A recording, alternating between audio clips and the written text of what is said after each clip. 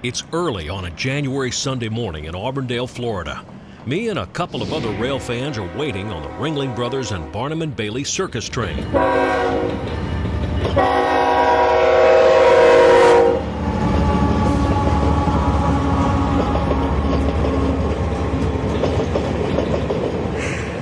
The circus is on its way from winter break in Orlando to Miami, first show of 2014.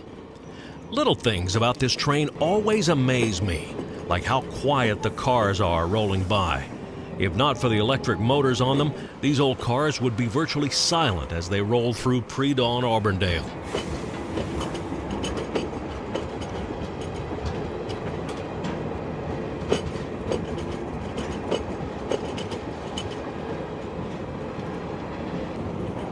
P921, as it's designated today, will turn south in one more mile onto the ex-Seaboard Miami Main and beat it to West Palm and a handoff to the Florida East Coast. The FEC will sprint it the remaining 60 miles into downtown Miami. I am not chasing it today, but you can watch my chase from last year here on my YouTube channel.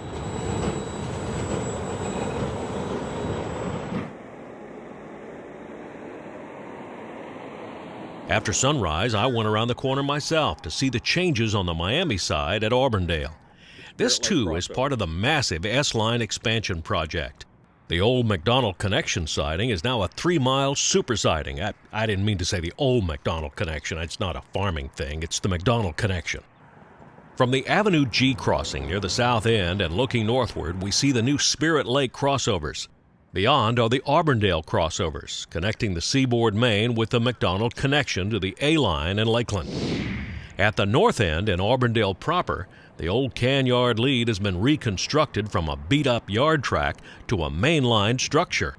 A second track has been added that bypasses the yard altogether and goes right from the A-Line to the Miami Main. This is all in preparation for the opening of the new Winter Haven Intermodal Logistics Center, 7 miles to our south. Back up on the A-Line side in Auburndale with the sun up into a clear sky, here comes Q235, auto racks from Taft, Orlando to Winston, Lakeland. Except with no auto racks today.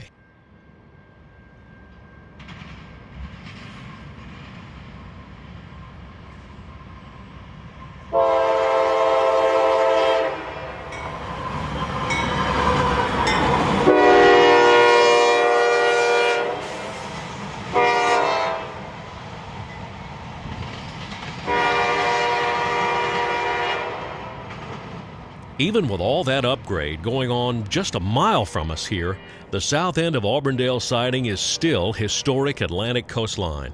If you want to get a close-up look at real coastline searchlight signals, there's no better place than the south end of Auburndale. There's even a 2-aspect dwarf signal and a doll arm on the home signal. I moved west to Lakeland Junction in hopes of catching something there. All I saw was this cantilever signal at South Lakeland. This is one of the last 5 of these structures still standing in this part of Florida. They're all on this 3-mile stretch of the A-Line. All are still supporting searchlights, and all, sadly, are on the endangered species list scheduled for extinction. Now, I'm never opposed to progress and improvements, but I'm glad that these old structures have held on so long.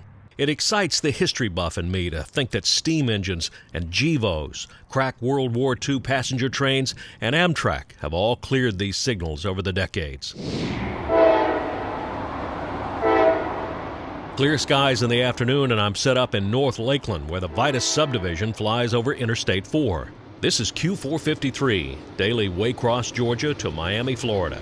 This train leaves Waycross Yard in the early daylight hours and travels to Folkestone on the Jessup sub, to Callahan on the Nahunta sub, to Baldwin on the Callahan sub, to Vitus on the Wildwood sub, to Lakeland on the Vitus sub, to Auburndale on the Carter sub, to West Palm on the Auburndale sub, and to Hialeah on the Miami sub. It takes 3 crews to get this train over the road from origination to destination. Crew change number 2 happens 2 miles south of here at Lakeland Junction. Today, the outbound crew has brought up an engine to be added to the consist. Winston Yard here at Lakeland has a medium repair engine shop, and locomotives from outposts on the system come here for regular service. This one is going back to Miami, or possibly Okeechobee.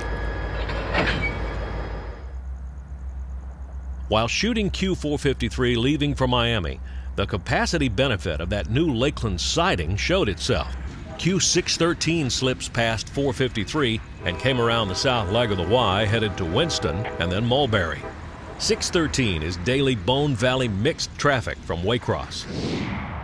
In the late afternoon, I moved back to the Vida Sub and the I-4 overpass, this time on the north side of the bridge for R170, Taft, Orlando to Jacksonville, Duval.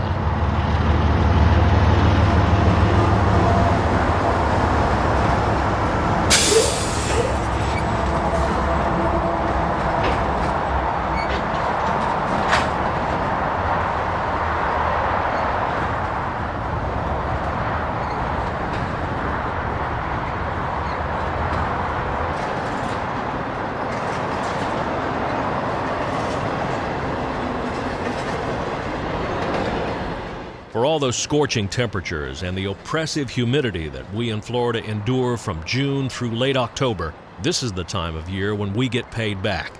It's early January, 70 degrees, and clear skies. In Lakeland, Florida, at milepost AR 853.9, this is Danny Harmon, out.